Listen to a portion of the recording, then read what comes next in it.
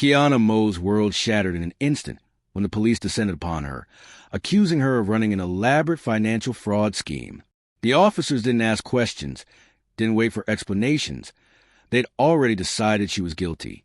With no time to react, Kiana found herself slammed against the hood of a police car, the cold, hard metal cuffs biting into her wrists. They hadn't even let her speak. They had the evidence. Bank records, surveillance footage, and witness testimonies that all pointed straight to her. The problem was, she was innocent, but what happened next would take everyone by surprise. A corrupt system, a hidden truth, and a fight for justice that no one saw coming. Kiana's story would twist and turn in ways no one could predict it. Stay with me, because the story will shock you. And before we dive into the details, if you're a fan of real stories about justice, truth, and stunning revelations, this one's for you. 15 days earlier, Kiana had been wrapping up her workday at Capital Harvest, a nonprofit organization focused on tackling food insecurity in low-income areas throughout Washington, D.C. She had stayed late, coordinating a fundraiser to provide fresh produce to families in need. Though her job paid little, it filled her heart with purpose. The night had long since fallen by the time she locked up the small office, feeling the weight of the humid air around her. It was a kind of evening where the city's heat seemed relentless. She hurried down the street, hoping to make it to her car before her parking meter expired. Then, she saw the flashing red and blue lights. A police cruiser was parked next to her vehicle. At first, she thought it might be a parking ticket, something small to worry about. But when the officer stepped out, Officer Daniel Mills and his partner, Officer Ava Rios, it quickly became clear that this wasn't just a ticket. "Are you Kiana Moore?" Officer Mills asked, his voice low but commanding. Kiana nodded, confused and anxious. She had no idea what was going on. Within minutes, they began interrogating her about fraudulent credit cards, illicit bank accounts, and a vast financial scheme. The accusations rattled her. She had no idea what they were talking about. She tried to explain that it was all a mistake, but her words fell on deaf ears. Mills, with an almost disturbing satisfaction, cuffed her. The cold steel snapping around her wrists made her stomach drop. The weight of what was happening hit her like a ton of bricks. She realized with crushing certainty that her life was about to change forever. They didn't even allow her to call her mother until after she had been processed at the precinct. By the time she made the call, the full gravity of her situation had set in. The police claimed to have a mountain of evidence tying her to credit card fraud and identity theft across several states. How could that be? She had no idea, but her fear clouded her mind. All she could remember was being fingerprinted, having her mugshot taken, and being shoved into a holding cell that smelled of stale sweat and bleach. 2 days later, after being released on bail, Kiana met with her public defender, Max Williams. He sat across from her in his cluttered office, looking grave. "They built a solid case against you," Max said, "but solid case doesn't always mean it's the right one. We're going to fight this with everything we've got." From that moment, Kiana's life was consumed with one hearing after another, preparing for the day she would stand before a federal judge, knowing the stakes were high. And now, that day had finally arrived. 3 days before the trial, Kiana found herself in Max Williams' cramped office, surrounded by stacks of paperwork, trying to wrap her mind around the battle ahead. The basement of a government building was a dim and oppressive space, its walls lined with faded motivational posters that did little to uplift the atmosphere. A single flickering fluorescent light cast a cold, unnatural glow over the dingy room, heightening the sense of despair. Max, a jaded but earnest public defender in his early 40s, sat across from Kiana. He had fought countless battles for clients who couldn't afford top-tier attorneys, many of whom were people of color or from lower-income backgrounds, who often found the scales of justice unfairly tipped against them. Today, however, as he stared at the thick binders of prosecution documents before him, he couldn't mask his frustration. "There's so much circumstantial evidence," Max muttered, his voice heavy with concern. He gestured at the mountain of paperwork. "They're trying to paint you as the mastermind of this entire fraudulent scheme. They're claiming you orchestrated it all, multiple co-conspirators, illicit bank accounts, doing everything under the radar." Kiana sat stiffly on a metal chair, her mind racing in disbelief. "But you know that's not true," she said, her voice barely above a whisper. Max nodded solemnly. "I know. But the prosecutors will point at everything they have. Deposit slips with your name on them, witness statements that say they saw you making large purchases with stolen credit cards, and phone records that, at first glance, could make it look like you were in contact with some of these criminal associates." Kiana swallowed hard, the weight of the situation crushing her. "How do they even have that?" "My phone records, my deposit slips." Max leaned forward, his eyes steady on hers. "Once law enforcement suspects you of a federal crime, they can subpoena your financial and phone records. The key now is figuring out what they're missing. If they had a bulletproof case, they wouldn't keep drowning us in paper. Somewhere in all this, I suspect there are threads we can pull to unravel their story." He paused, his tone softening as he added, "That said, I won't lie. The district attorney's office is determined to make an example out of you."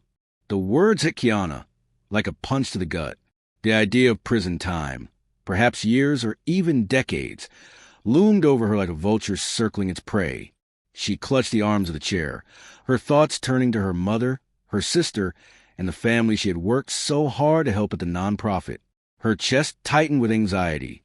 Max, sensing her despair, placed a hand gently on her shoulder. "We fight. That's all we can do," he said. "We'll cross-examine every witness, challenge every piece of evidence, and leave no stone unturned. You have my word." Despite the terror swelling inside her, Kiana nodded, trying to steady herself. "I can't afford to lose."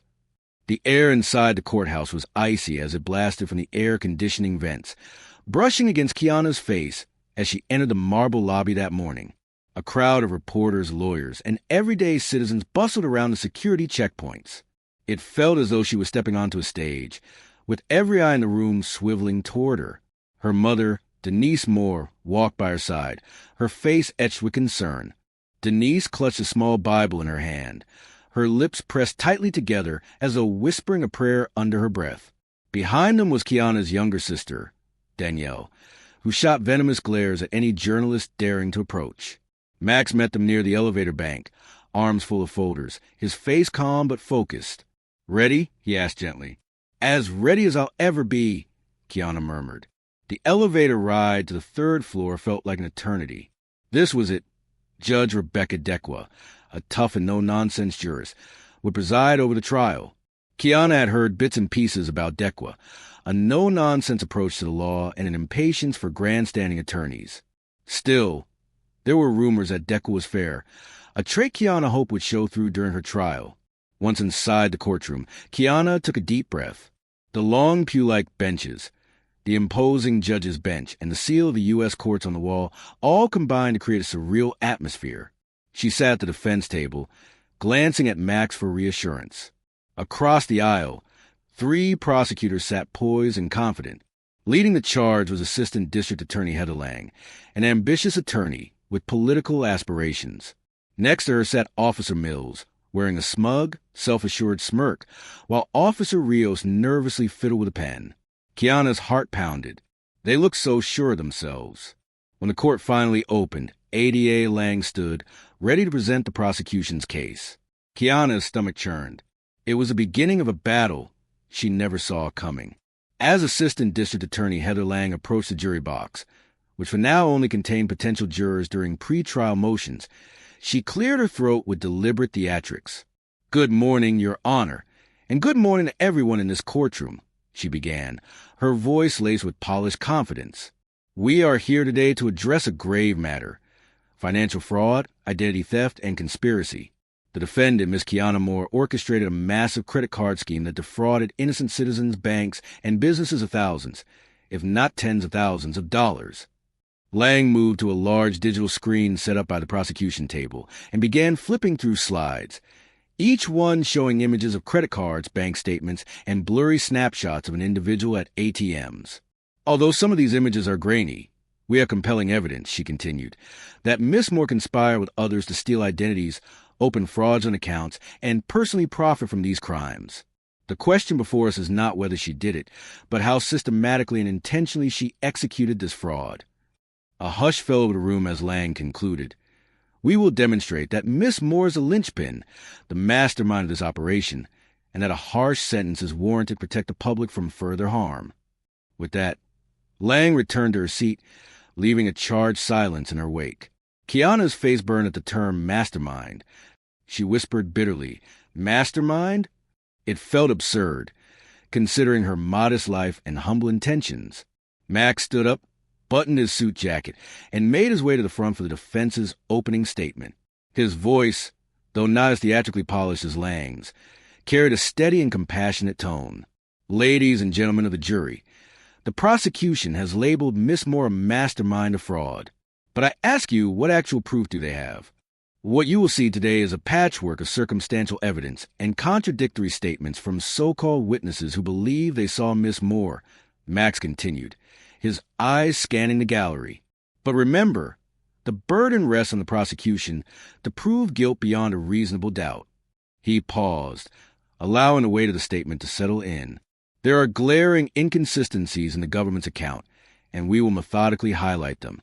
We intend to show that Miss Moore is not the criminal genius the prosecution describes. She is, in fact, a victim of mistaken identity and possibly worse." Max allowed the sentence to linger, hinting at the possibility of police misconduct without directly accusing them just yet. His eyes flicked briefly to Kiana before he turned back to face the judge.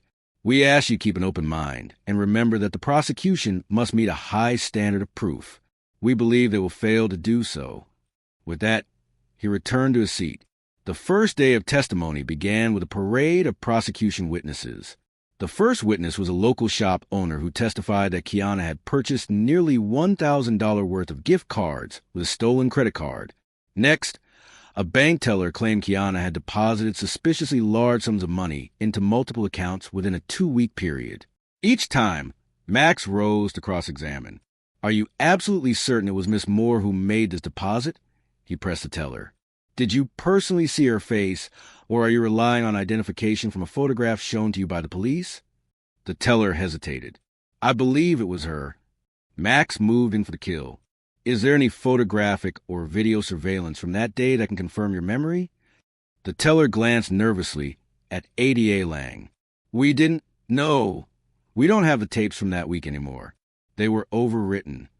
Max thanked the witness, letting the point sink in. "No hard evidence, just a shaky recollection." Next, the shop owner took the stand, describing how nervous the woman buying the gift cards had seemed. She kept looking around, wouldn't make eye contact. "It raised red flags for me," the shop owner said. Max responded, "People can be nervous for any number of reasons, Mr. Fletcher. How long was your interaction with the alleged customer?" The shop owner fidgeted, clearly uneasy. Max was methodical, and every detail mattered. "Just a few minutes. So you positively identified Miss Moore after those few minutes, and a subsequent conversation with the police?" Max's voice was steady, his gaze sharp as he pressed the shop owner on the stand. The man swallowed, clearly less confident now. "Yes, they showed me her photo." Max's eyebrows lifted slightly. "So your certainty is based on a photo lineup conducted by law enforcement, correct?" The shop owner hesitated. "Well, yes." "Understood. Thank you," Max replied calmly. Though these cross-examinations revealed weaknesses in the prosecution's case, the sheer volume of witnesses and the repetitive nature of their identifications began to weigh heavily on the courtroom. For every shaky recollection, the prosecution hammered home the same narrative. Kiana Moore was behind these transactions. They produced a mountain of documents and wave after wave of statements, trying to drown out any notion of her innocence through sheer quantity. When Officer Mills took the stand, Kiana couldn't help but feel repulsed by his swagger. His uniform was immaculate, his demeanor exuding an arrogance that sent a chill through her. He spoke as though the case were a done deal, as though her guilt had already been decided. "Officer Mills," ADA Lang began, "can you describe for the court how you came to investigate Miss Moore for credit card fraud?" He cleared his throat, then spoke confidently. "Certainly. We've been tracking a surge of fraudulent transactions involving cloned credit cards.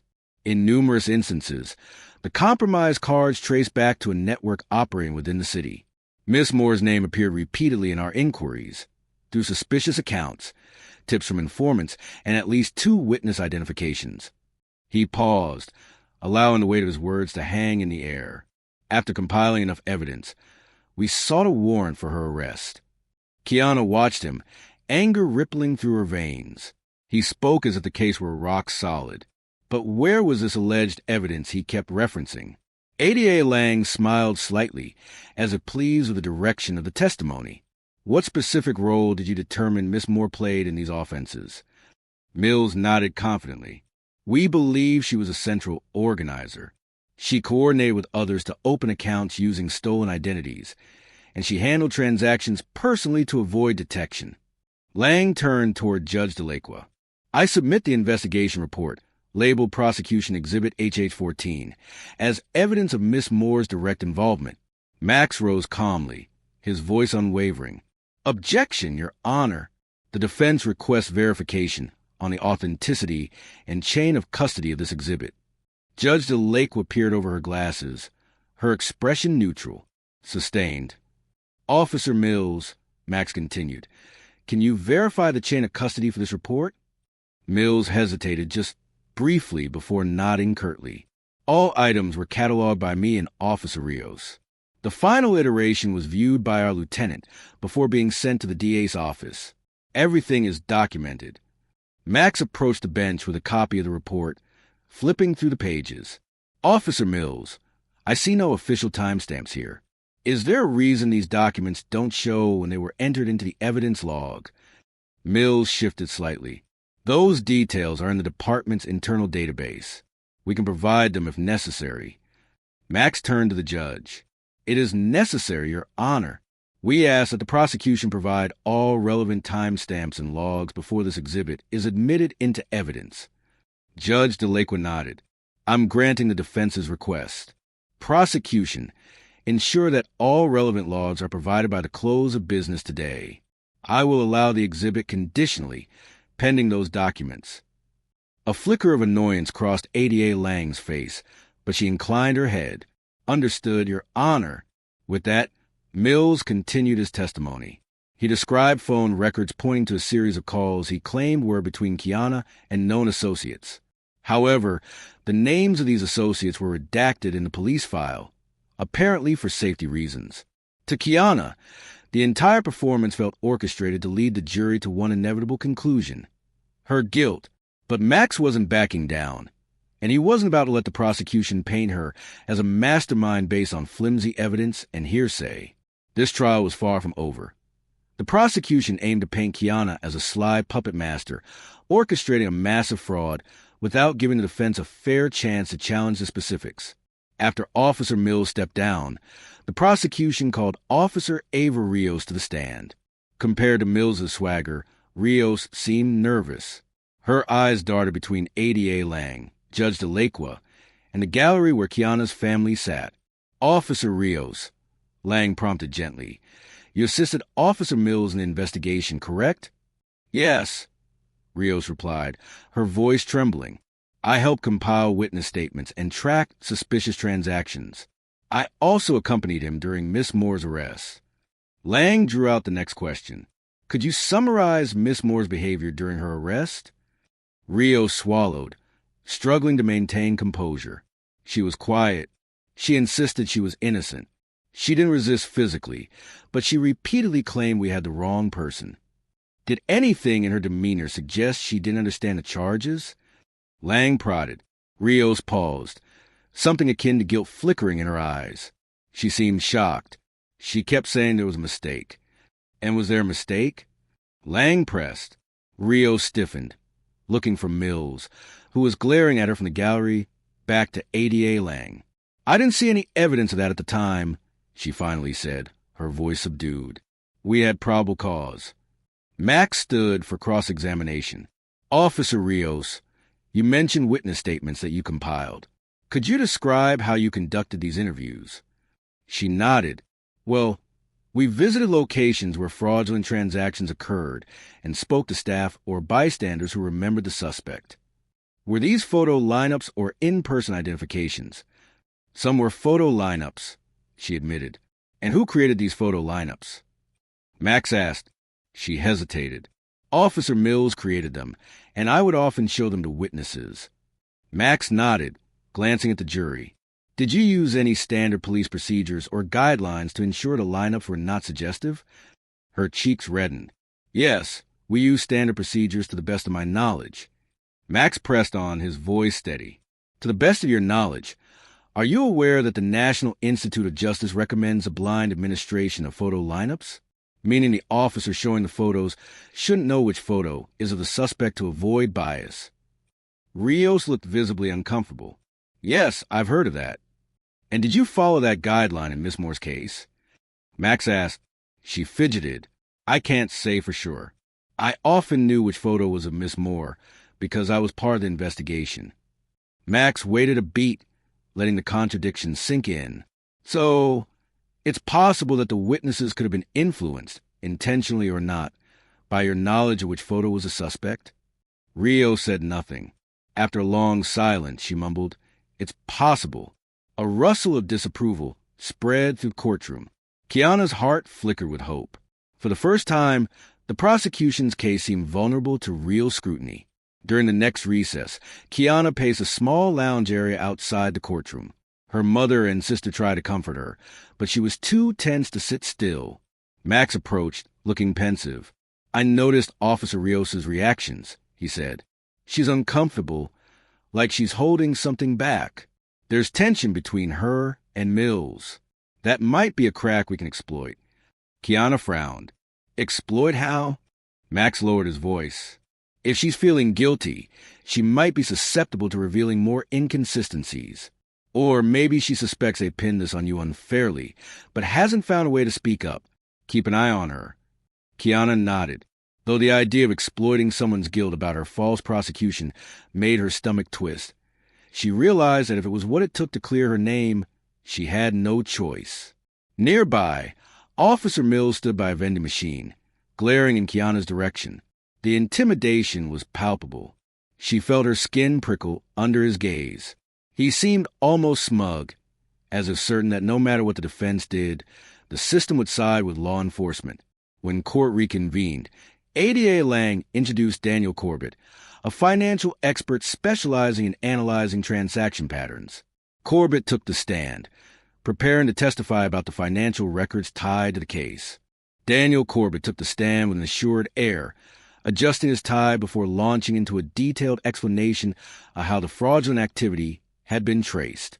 After analyzing multiple clusters of credit card charges, Corbett said, We correlated purchase timestamps with local ATM surveillance. In several cases, the suspect, wearing a hooded sweatshirt or cap, entered ATM vestibules just minutes after these fraudulent purchases. We believe the suspect to be Miss Moore. Max leapt to his feet. Objection, Your Honor. The witness is making a direct identification without sufficient personal knowledge. Judge DeLacqua nodded. Sustained. Mr. Corbett, you may testify to your findings, but refrain from personal identification unless you have first-hand evidence. Corbett nodded, understanding. Let me clarify. In our analysis, the same phone number was often used to set up text alerts for these accounts. The phone number is registered to Miss Moore's address. Kiana's heart hammered in her chest. She remembered losing her phone months ago. Had someone used her phone number or ported it to a new SIM card? She had told the police as much, but they had dismissed the possibility. The prosecution displayed a colorful chart on the overhead monitors, illustrating how multiple purchases and deposits clustered around Kiana's phone number. While the data looked damning, Max noticed a glaring omission. They hadn't shown the IP addresses or device details. During cross-examination, Max seized the opportunity. Mr. Corbett, are you aware that phone numbers can be spoofed or that phone service can be transferred to different devices using publicly available software? Corbett paused. I'm aware that it's technically possible, but it's not common. Max continued. In your report, did you account for the possibility that Miss Moore's phone number could have been compromised? Corbett shrugged. We didn't see a direct indication of that in the billing records. Max gave a grim smile. But you also didn't investigate thoroughly, correct? Corbett's jaw tightened. We looked at the data we had. Thank you, Max said, turning away, leaving the lingering impression that the prosecution's evidence was incomplete. The following day, the prosecution called additional witnesses, mostly small business owners and bank employees, each repeating the same story. They believe they saw Kiana, or someone who looked like her, participating in fraudulent activities. Yet, with each cross-examination by Max, their certainty began to waver. Memories seemed foggy, dates blurred. It became clear that law enforcement had helped many of these witnesses identify Kiana from a limited pool of photographs. Outside the courtroom, Kiana overheard a hushed argument between Officer Mills and Officer Rios. "You better stick to the story or you'll regret it," Mills hissed. Rios looked on the verge of tears but said nothing, rushing into the restroom when she noticed Kiana watching. A shiver ran down Kiana's spine. What exactly was she afraid of? Later that afternoon, an unexpected twist occurred. One of the courthouse clerks discreetly approached Max. "There are some sealed affidavits that were never logged into evidence," she whispered. "I heard them mentioned in passing by the prosecution team. You might want to file a motion to unseal anything relevant." Max's eyes widened. "Thank you. Are you sure?" She nodded solemnly and hurried off. Max wasted no time drafting a motion to compel the prosecution to disclose all sealed affidavits related to the case. Judge DeLake was scheduled a hearing on the motion for the next morning, setting the stage for what would become a turning point in the trial. The morning broke with palpable tension. The gallery was fuller than ever, word having spread that the defense was making a serious challenge to the prosecution's transparency. Even local TV stations were sending cameras and reporters. Kiana's stomach churned with nerves as she entered the courtroom. She saw ADA Lang conferring with Officer Mills, and she couldn't help but wonder what the next move would be. The weight of the case felt heavier than ever, but for the first time, there was a glimmer of hope that the truth might come to light. Another official from the district attorney's office stood by, their faces grim. Meanwhile, Max flipped through his notes, his expression resolute. As soon as the session began, Judge DeLake addressed the motion. "Mr. Williams, you assert that the prosecution may be withholding exculpatory material in sealed affidavits. Do you have any tangible proof?" Max cleared his throat. A credible source within the court staff indicated that affidavits exist, which were not entered into the official record. If they relate to Miss Moore's case, they could be exculpatory or at least relevant under Brady versus Maryland. ADA Lang stood. "Your Honor, we have no knowledge of any such affidavits. This is a baseless fishing expedition." Judge DeLake frowned but acknowledged the defense's request. "Nevertheless, the defense is entitled to review any material that might be exculpatory. I will order a brief in-camera review of the sealed documents by this court. If anything pertains to Miss Moore, I'll decide on disclosure." With that, the judge signaled for a short recess, so she could examine the sealed files in chambers. Kiana's heart pounded as an eerie sense of anticipation filled the air. Mills and Lang exchanged anxious whispers, while Officer Rio stared at the floor, her face pale. 15 minutes later, Judge DeLake returned, visibly perturbed. She cleared her throat, and the entire courtroom seemed to hold its breath. "In my review," she began, "I found an affidavit provided by an unnamed source, someone within law enforcement, that raises serious questions about the methods used to identify Miss Moore as a suspect. The affidavit indicates that certain officers may have manipulated or outright fabricated witness identifications." A collective gasp rippled through the courtroom. Kiana's pulse thundered in her ears. Could this be the break they had been waiting for? The judge continued, "I am unsealing this affidavit under the court's discretion. The defense and prosecution will both receive copies, and I expect an immediate explanation from the prosecution as to why this document was not previously disclosed." ADA Lang sputtered, clearly taken aback. "Your Honor, I had no knowledge of this. This must be an internal matter the officers kept hidden. My office did not intentionally withhold any evidence." Judge DeLake's displeasure was clear. Whether it was intentional or not, this is a severe violation of discovery obligations. "I'm granting the defense leeway to explore the contents of this affidavit and to recall witnesses as necessary." With that, the gavel struck, and the court was adjourned for the day, but the air crackled with the promise of upheaval. Back in Max's office, He and Kiana pored over the unsealed affidavit. It was heavily redacted, but the core allegations were explosive. I observed that certain officers within the police department coerced or groomed witnesses to identify Kiana Moore as a suspect in multiple credit card fraud incidents. Witnesses who expressed uncertainty were told to think again or shown Miss Moore's photo repeatedly until they acquiesced. The affidavit went on to reveal that some deposit slips, allegedly in Kiana's name, were never conclusively verified by forensic handwriting experts, despite departmental policy requiring such verification in major fraud cases. The statement also mentioned internal emails referencing Kiana as a convenient suspect, with explicit instructions to shut down any inquiries about alternative leads. Kiana felt both relieved and furious. "So they knew," she said, her voice quivering with rage. "They knew I wasn't the right person, but they pinned this on me anyway." Max set the affidavit on the desk. "It certainly seems that way. The question is, who wrote this, and can we get them to testify?"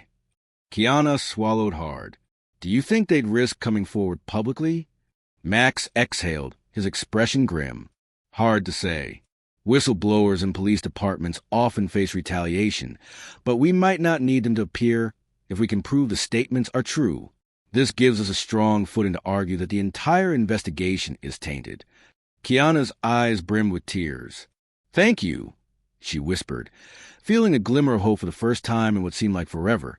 She managed a small smile, wiping away the tears. "I was starting to lose hope."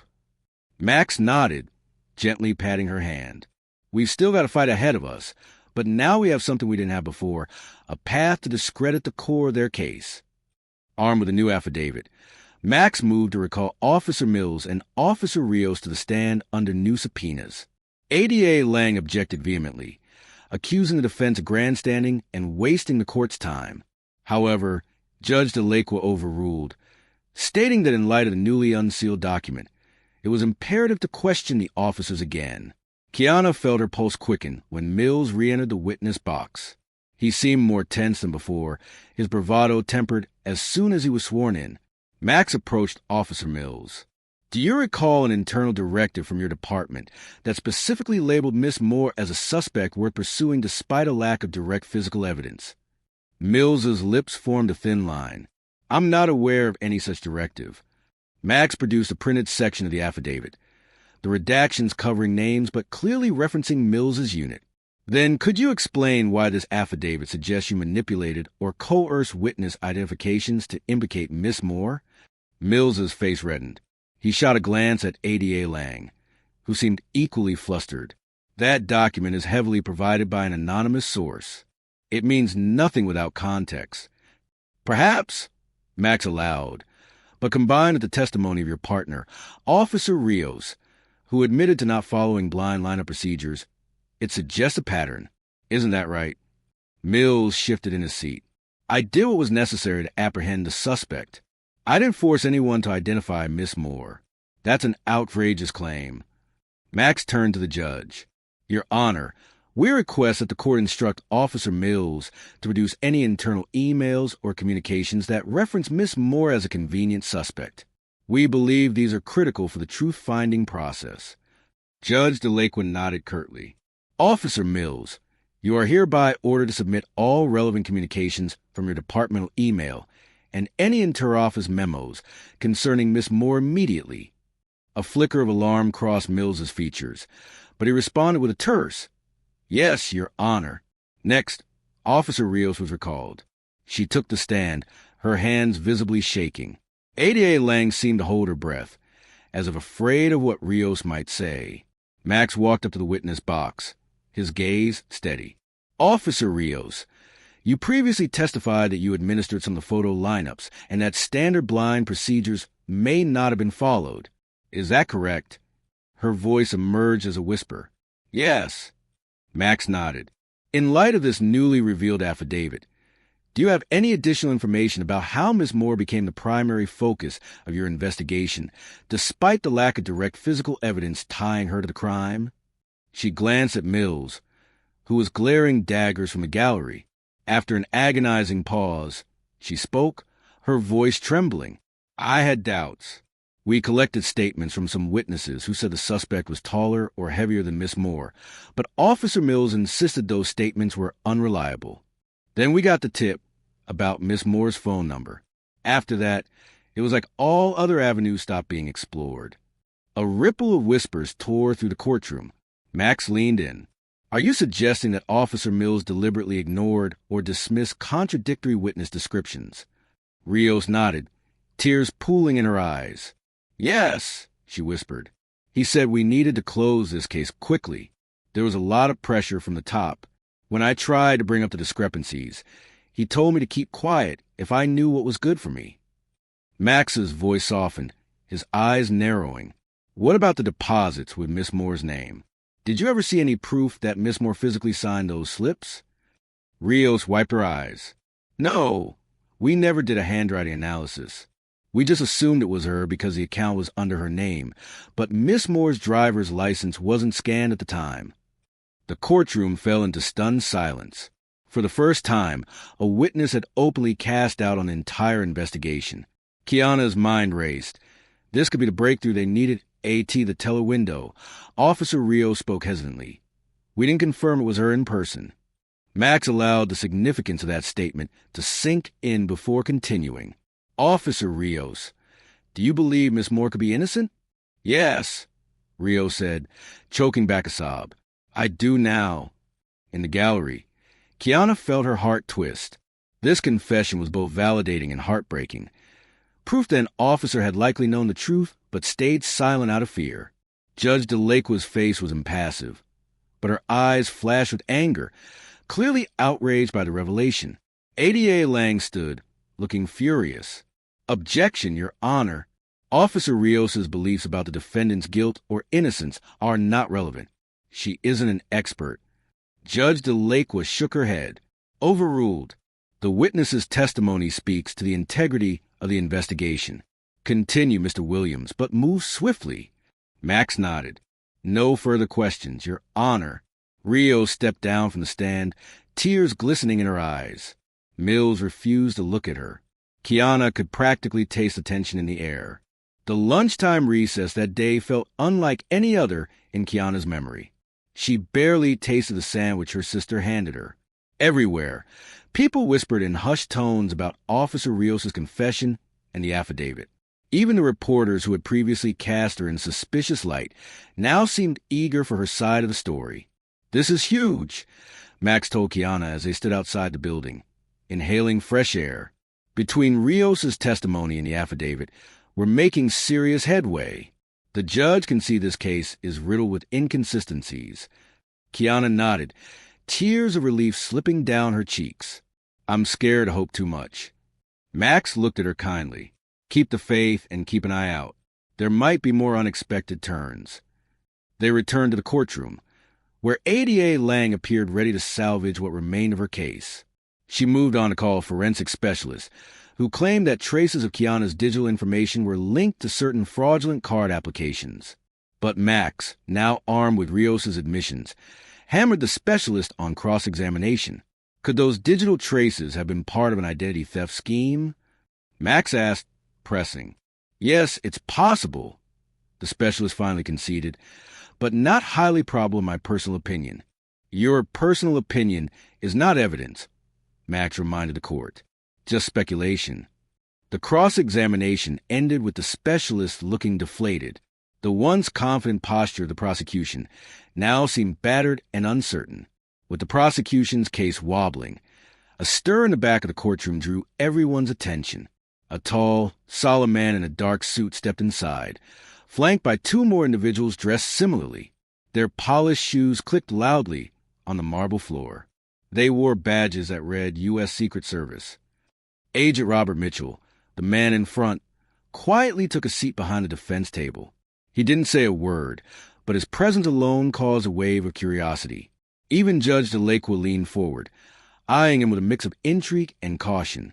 Kiana exchanged looks with Max, who shrugged, perplexed by the federal agent's unexpected arrival. ADA Lang frowned, clearly uneasy, and Officer Mills looked downright alarmed. Once the day's proceedings ended, Agent Mitchell approached Kiana and Max. May I speak with you in private? Max hesitated, glancing at Kiana for approval. She nodded, and they stepped into a side hallway. Mitchell introduced himself formally. I'm Agent Robert Mitchell with the U.S. Secret Service Financial Crimes Division. We've been working on a multi-state ring of identity thieves. Your name, Miss Moore, popped up in our data, but not as a suspect. Rather, we believe you were a victim of identity theft. Kiana's breath caught. A victim? Mitchell nodded. Yes. The phone number that local police tied to you actually first appeared in a data breach we've been tracking. We suspect a criminal group used your personal information, likely gleaned from a stolen or cloned phone, to open fraudulent accounts. We compiled surveillance footage, IP logs. Kiana's heart raced as she processed his words. This could be the break she'd been waiting for. Agent Mitchell continued, and other evidence suggests you were never physically present for most of these transactions. Kiana's knees nearly gave out. The sense of vindication was dizzying, but also enraging. That means everything they accuse me of, she trailed off. Mitchell nodded, is likely false. We requested to review the local police investigation, but we discovered crucial discrepancies in their reports. This is why I'm here. I plan to provide the court with the evidence we have, as it directly impacts your case. Believe me, we don't typically involve ourselves in local investigations, but this situation demands it. Max's eyes lit with cautious excitement. We're set to reconvene tomorrow morning. If you can testify. Mitchell gently cut him off. We can do more than that. We have tangible proof that Miss Moore's identity was compromised months ago. It should exonerate her fully. Kiana stared at him, her voice barely above a whisper. Thank you. I can't believe this is happening. Mitchell offered a sympathetic smile. I only wish it had happened sooner.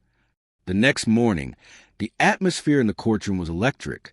The prosecution, clearly rattled, tried to push forward with additional minor witnesses, bank employees who had mentioned seeing someone who might match Kiana's description. But the entire courtroom's attention remained fixed on Agent Mitchell and his colleagues, who sat quietly until the judge finally recognized them. Max rose and formally requested the court's permission to call Agent Robert Mitchell as a defense witness. ADA Lang objected, claiming that this was last minute and could disrupt the trial. Judge Delacqua overruled, stating that the pursuit of truth outweighed procedural inconvenience. Agent Mitchell took the stand, looking every bit the methodical professional. After the court clerk administered the oath, Max began his direct examination. Agent Mitchell, please state your role and involvement in financial crime investigations with the U.S. Secret Service. I specialize in uncovering complex identity theft and credit card fraud rings. We track illegal operations that often span multiple states, Mitchell replied, his voice steady and clear. Max nodded. And how does Miss Moore fit into one of your investigations? Mitchell explained, his voice unwavering. Our data revealed that Miss Moore's personal information, including her phone number, likely became compromised during a data breach. We discovered fraudulent credit card accounts opened under her identity in Philadelphia, Baltimore, and New York, often used within hours of each other. He paused to let that sink in. The local police's theory that Miss Moore physically traveled to all these locations to make purchases is not supported by our timeline or the surveillance we've gathered. With that, he inserted a USB drive into the court's display system. A monitor showed side-by-side images of a woman at an ATM in Philadelphia and another wearing a hooded sweatshirt in Baltimore. Both images were time-stamped. Observe the height measurements relative to the ATM keypad, Mitchell pointed out, and the broadness of the shoulders. Both differ significantly from Miss Moore's known physical stats. We use advanced facial recognition algorithms, which return a 38% match to Miss Moore, far below the threshold for positive identification. A stunned silence took hold of the courtroom. Even the judge seemed riveted. Max asked, So, is it your professional opinion that Miss Moore was not the individual conducting these transactions? Mitchell nodded. That's correct. ADA Lang was practically squirming as she rose for cross-examination. Her tone was clipped. Agent Mitchell, are you aware that Miss Moore's phone number appears repeatedly in bank security logs corresponding to these fraudulent deposits? He replied calmly, Yes, which is a hallmark of identity theft. Her phone number and other personal details were likely spoofed or cloned. Lang pressed on. Isn't it possible Miss Moore was working with co-conspirators, then sending them her personal information to use in the transactions? Mitchell didn't flinch. We found no evidence of Miss Moore's direct involvement.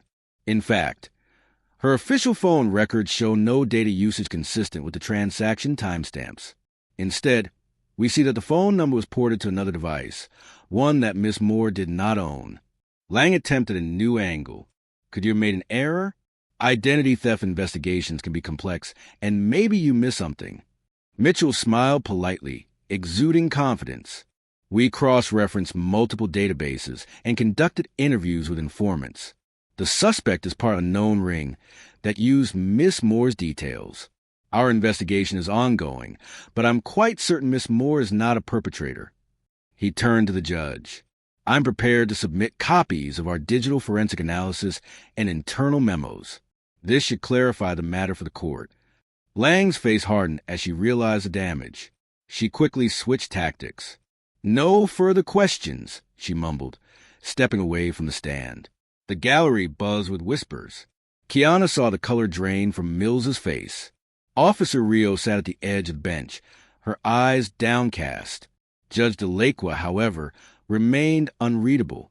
She simply said, I will allow the defense to admit these documents. Court is adjourned for a short recess while I review them. A crescendo of chatter erupted as spectators rose to stretch their legs. Kiana found herself wiping away tears of relief. Finally, proof. When court reconvened, the judge's expression was grim and resolute. She peered over her glasses at the assembled parties. I've examined the Secret Service's evidence, she said. It is extensive and highly suggestive that Miss Moore did not commit the fraud for which she's been charged. Furthermore, it raises serious concerns about the thoroughness and possibly the integrity of the local police investigation. A hush fell over the courtroom. In the back, a cluster of reporters scribbled furiously in their notepads. Judge DeLacqua continued. Given these revelations, Miss Lang, I assume the prosecution would like a chance to reassess its position? ADA Lang stood, her voice subdued. Yes, Your Honor. The district attorney's office needs time to reconcile this new information and determine if we can still proceed with the case. Max rose immediately. Your Honor, I move for the immediate dismissal of all charges against Miss Moore. This new evidence exonerates her. Lang bristled. We don't agree that it fully exonerates her. We just learned of it. Judge DeLacqua held up a hand, silencing the argument. I will give the prosecution until the end of the day to decide whether they can proceed or if they will dismiss. Any attempt to prolong this without strong justification will be denied. We are talking about a defendant's liberty here. With that, the judge declared a recess until the afternoon, giving the district attorney's office a brief window to review Agent Mitchell's materials. During the recess, Kiana stepped into the hallway, escorted by her sister and mother. The sense of relief was palpable, but so was the tension. Officers Mills and Rios stood by a water fountain. Mills was whispering angrily, though Rios seemed to be ignoring him, shoulders hunched. At the opposite end of the hall, ADA Lang conferred with a high-ranking official from the DA's office. Their expressions were grim. Kiana felt their eyes flick to her, as if measuring her for the last time. Eventually, Officer Rios approached Kiana hesitantly. Miss Moore, she began, her voice trembling. I'm sorry. Kiana's sister, Danielle, opened her mouth to snarl at the officer, but Kiana gently held her back. You knew I was innocent, she said.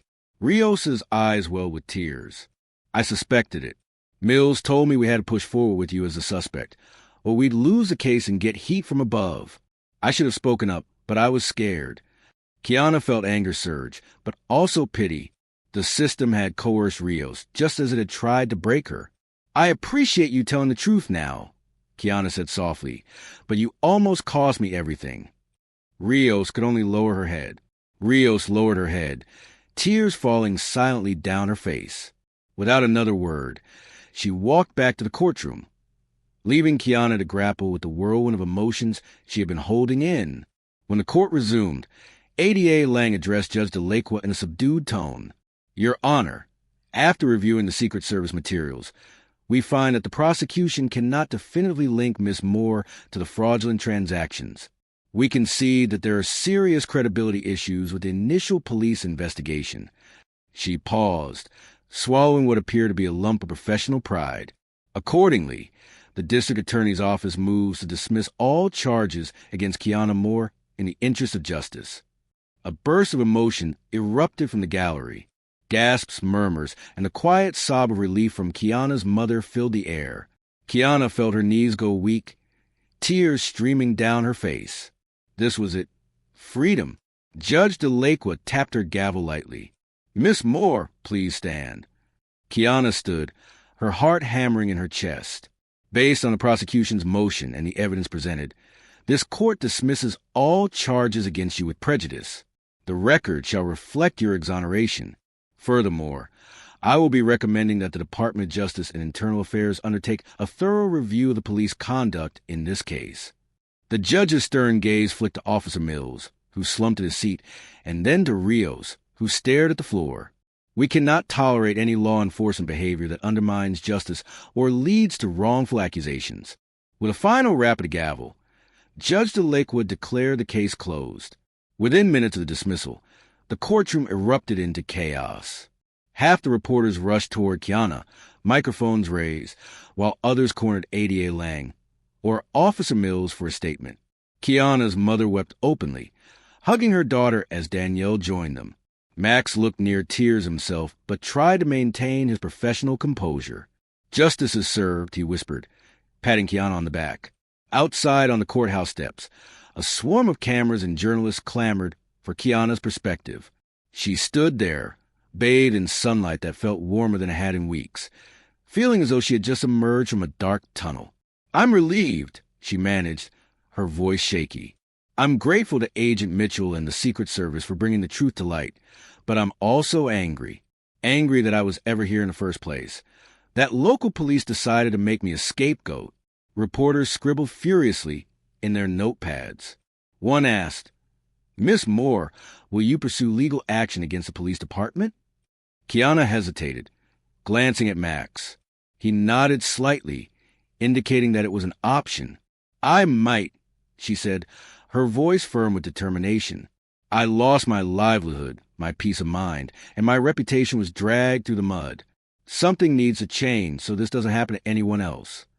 In the ensuing weeks, the scandal rocked the local police department. Internal Affairs launched a probe into Officer Mills, discovering multiple instances where he disregarded exculpatory leads in order to boost his clearance rate. He was placed on administrative leave, and rumors swirled that criminal charges, possibly obstruction of justice, were forthcoming. Officer Rios, in an attempt to atone, cooperated fully with investigators. Her willingness to testify against Mills might spare her from severe disciplinary action, but her career in law enforcement was effectively over. She resigned, citing personal reasons, and expressed deep regret for her role in the injustice. ADA Lang faced her own reckoning. Though she claimed ignorance of the withheld evidence, the public outcry demanded accountability. The district attorney's office faced lawsuits and public hearings regarding its oversight of police investigations. Lang continued her role, but her once promising political aspirations were forever tainted by the scandal. Meanwhile, Captain Hallcroft, who had once appeared on local TV boasting about the case, made a hasty exit from the spotlight. His involvement in the debacle left his reputation in ruins. He retired officially from the department, but unofficially, many speculated that they forced him out to avoid further tarnishing their image. Kiana was free, but the psychological scars remained. She found herself grappling with panic attacks and nightmares, often reliving the terrifying days spent in that holding cell. Yet, at the same time, her community rallied behind her. People who had once been torn between suspecting her innocence or guilt now recognized how precarious anyone's fate could be when a system goes astray. Her employer at the nonprofit welcomed her back, albeit cautiously, acknowledging the media storm that had surrounded her. Over time, though, Kiana found that returning to her old routine offered a sense of stability, distributing fresh produce, teaching low-income families about nutritional cooking. These tasks grounded her and reminded her that there was life beyond the courthouse. But still, she couldn't forget the ordeal. Encouraged by Max, Kiana began speaking at local colleges, community centers, and justice reform panels about her experience. She detailed the terrifying ease with which a person could be branded a criminal, the trauma of being in jail, and the overwhelming relief when the truth finally surfaced. At one such event, Agent Mitchell joined her on stage as a guest speaker. He emphasized the importance of thoroughly investigating identity theft cases. Kiana Moore is the perfect example of someone whose stolen identity nearly cost her everything, he said to the crowd. We must ensure law enforcement, both local and federal, communicates openly and ethically. Kiana smiled faintly, the memory of the trial still fresh in her mind. I hope my story helps someone else, she said, her voice steady. No one should have to go through what I did. A few months later, after careful deliberation, Kiana filed a civil lawsuit against the city and the police department, citing wrongful arrest, malicious prosecution, and violations of her civil rights. The city's legal team, eager to avoid a public trial that would reopen the department's misconduct to intense scrutiny, attempted to settle quickly. Initially, Kiana hesitated. She wasn't interested in a payday. What mattered to her was ensuring reforms took place. She wanted better training on photo lineups, mandatory oversight for financial crime investigations, and transparent collaboration with federal agencies when needed. When the city offered settlement, Kiana demanded they include provisions for these reforms. The negotiations dragged on for weeks, but ultimately, the city agreed to a substantial financial settlement and a set of policy changes designed to minimize wrongful arrests. The police department promised to retrain officers on proper investigative techniques for identity theft cases, including the blind administration of photo arrays, a direct reflection of what had gone wrong in her case. While no amount of money could undo the damage, Kiana found solace in knowing her ordeal would leave a constructive impact, a small but meaningful shift in the system that had nearly destroyed her life. On a warm spring afternoon, Kiana found herself once again walking up the broad steps of the E. Barrett Prettyman United States Courthouse. This time, she wasn't there under duress. She had been invited to speak at a symposium on legal reforms, addressing an audience of young attorneys and law students. She paused at the top of the steps, gazing over the plaza. A memory flashed. The day of her trial, the crowd of reporters, the fear that had gripped her. It felt surreal to stand there now, not as a defendant, but as a respected advocate for justice. Inside, she joined a panel that included Max Williams, a representative from the Department of Justice, and several local community leaders. They discussed better coordination between local and federal agencies, the importance of verifying evidence, and the ethical responsibility of law enforcement. Kiana listened closely, proud of the change her journey had sparked, and hopeful for the future of justice reform. When it was Kiana's turn to speak, she inhaled deeply and let her gaze travel over the attentive faces in the room. I was once on the other side of the system, she began. I learned how a single mistaken assumption, a false identification, could spiral into a near catastrophe. The justice system is only as good as the people who uphold it. When officers cut corners or prosecutors ignore red flags, innocent lives can be shattered. She paused, her tone softening. But I also learned that the system can right itself when enough people demand integrity. I stand here as living proof that truth can still prevail. And I hope my story reminds all of you, as future lawyers and leaders, that justice should never be about winning or losing. It should be about finding the truth. Applause thundered across the conference room. Max caught Kiana's eye and nodded proudly. For a moment, she felt an unexpected fullness in her chest. Something like gratitude and defiance entwined. She had emerged from the darkness, carrying a new light of purpose. As Kiana left the symposium, she walked down the courthouse steps with a lighter heart. The stone columns no longer felt menacing. The entire place, once the setting of her worst fears, now stood as a testament to a justice system that, despite its flaws, could still be prodded toward righteousness. A gentle breeze ruffled her hair. She paused in the courtyard, recalling every harrowing detail. The chilling arrest, the fear-laden nights in a holding cell, the heartbreak in her mother's eyes, the shame of public suspicion, and finally, the thunderous relief when the U.S. Secret Service unveiled the truth behind her. A reporter approached, camera crew in tow, asking for a quick comment. Kiana turned, offering a modest smile. "I've learned that sometimes we have to fight for justice harder than we ever imagined," she said. "But that fight is worth it. And if it can change even one life beyond my own, then none of what I went through have been in vain." The reporter nodded, turning off the camera. As Kiana continued across the courtyard, she felt the intangible weight of her ordeal slowly lifting. In its place was a profound sense of purpose. She would never be the same, but she was, in many ways, stronger, a woman who had faced the full force of injustice and not only survived but forced the truth to the surface. And so, at the E. Barrett Prettyman United States Courthouse, the story of Kiana Moore served as both a warning and an inspiration. It demonstrated that while power could be abused, courage and determination, backed by incontrovertible evidence, can bend the arc of justice back to where it belongs.